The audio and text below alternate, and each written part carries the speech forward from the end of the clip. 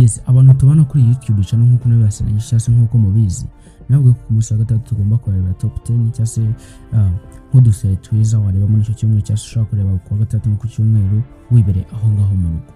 Uvuga uyu munsi nabategure udufilme dutatu cyase udusere dutatu twiza tugezweho gusa ariko nuza kumva iya mbere cyase iyanyuma uraza gutungurwa. Muri iyi minsi Rocky yigeze gusobanura filime ngira ngo akozwe n'abasobanuzi barenga batatu ariko nyine byabaye ngombwa ko Rocky aza noneho amanukira rimwe yaprodinga filime yaprodinga episode 25 icyarimwe.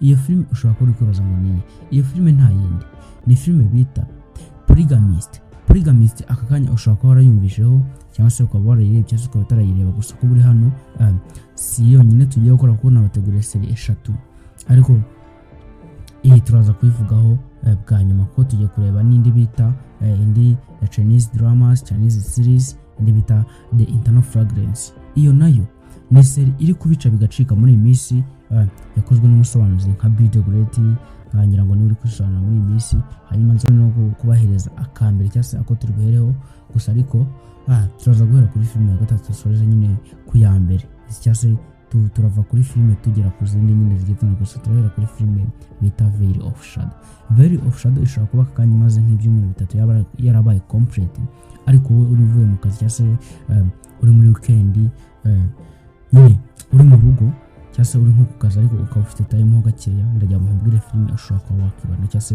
wareba ubundi bwo life ikaba life ya weekend. Ni ukuvuga ngo filime ya gatatu turasangaho filime bita Veil of Shadow.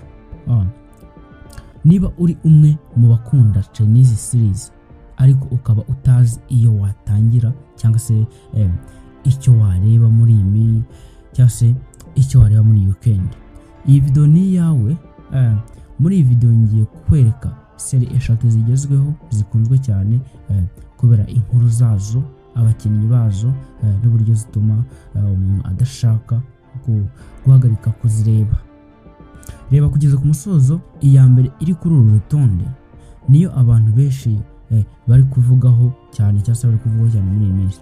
Dutangire ku mwanya wa gatatu turebera hamwe filime bita Veil of Shadow.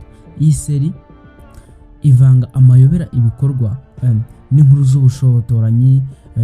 Uko inkuru igenda ikura niko havumburwa amabanga atandukanye cyangwa atungurana hagati y'abakinnyi. Niba ukunda serie zituma uhora utekereza igice gikurikira, iyi ni imwe muzo wakongeraho ku rutonde rwawe.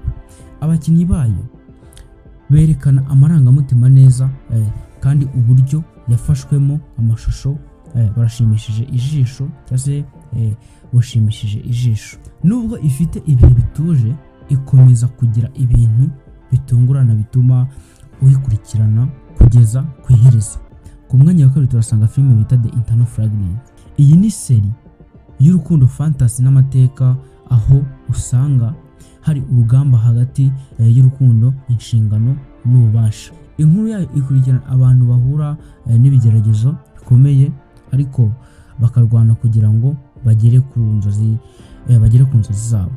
Abantu benshi bayikunze kubera uburyo inkuru yayo yubatswe, imyambarire myiza, amashusho meza n'umuziki uyiherekeza. Ni ukunda series zifite amarangamutima menshi n'inkuru zikomeye kugutera amatsiko.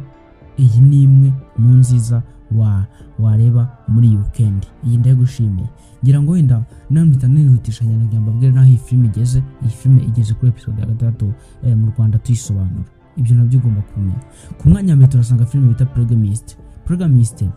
Ni serie yakozwe na Rocky ngira ngo abenshi murabizi umusobanuzi we ni Rocky. Ngomba kujya ngenda mbabwira update cyase uko details cyase uko details hagase. Iyi serie ugomba kumenya ko atari Chinese drama.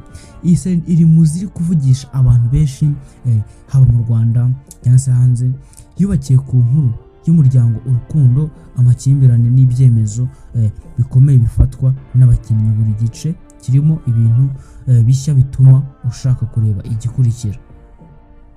Kimwe mu bituma ikunzwe ni uko igaragaza uko ibyemezo by'umuntu umwe bishobora guhinduka ubuzima bw'abandi.